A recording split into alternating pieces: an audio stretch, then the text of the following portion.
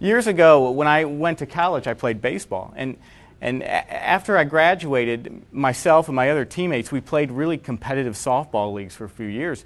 But my friends, they started getting married, having kids, so that they could no longer play, softball. So I needed something else to do. So I joined a racquetball club in North County, and I started playing racquetball.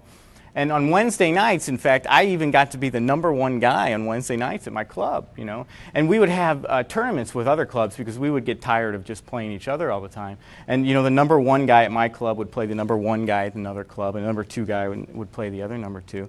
And so I showed up for the tournament, and I noticed everybody was playing. I was up on the rafters kind of looking down at the courts, and my guy hadn't shown up. And I found the director of the tournament. I went over to him and I said, hey, it doesn't look like my guy's gonna show up, and I guess I got to forfeit. And he said, oh, no, I just saw your guy, I just talked to him, he's down there. And I looked down the court. I mean, this guy had to be 70 years old, And I was like 28 at the time, And I went back to him and I said, and this guy looked 70, I went back to him and I said, this is the #1 guy, And he said, yeah, and I've got to stand up here to point this out to you guys.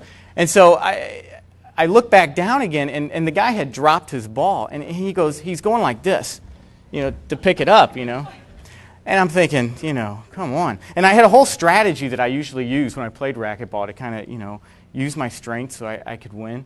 And so as I'm walking down the steps to play this guy, I'm thinking, forget the strategy. I've got things to do today. I got some dry cleaning to pick up. I'm just going to run this guy around like crazy, and then I'll be done. And in fact, we walked in the court, and I had won the coin toss, and I got to serve first. But I said, you go ahead. You just go ahead and do it.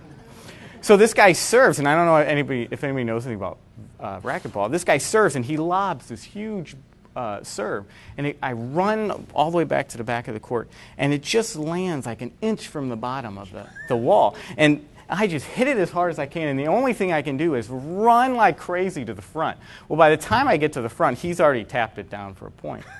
Well, this goes on for about 15 more points.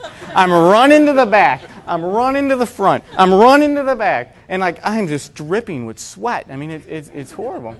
And by the time I realized I needed to hit my strategy that I normally use, it was too late. I mean, he killed me.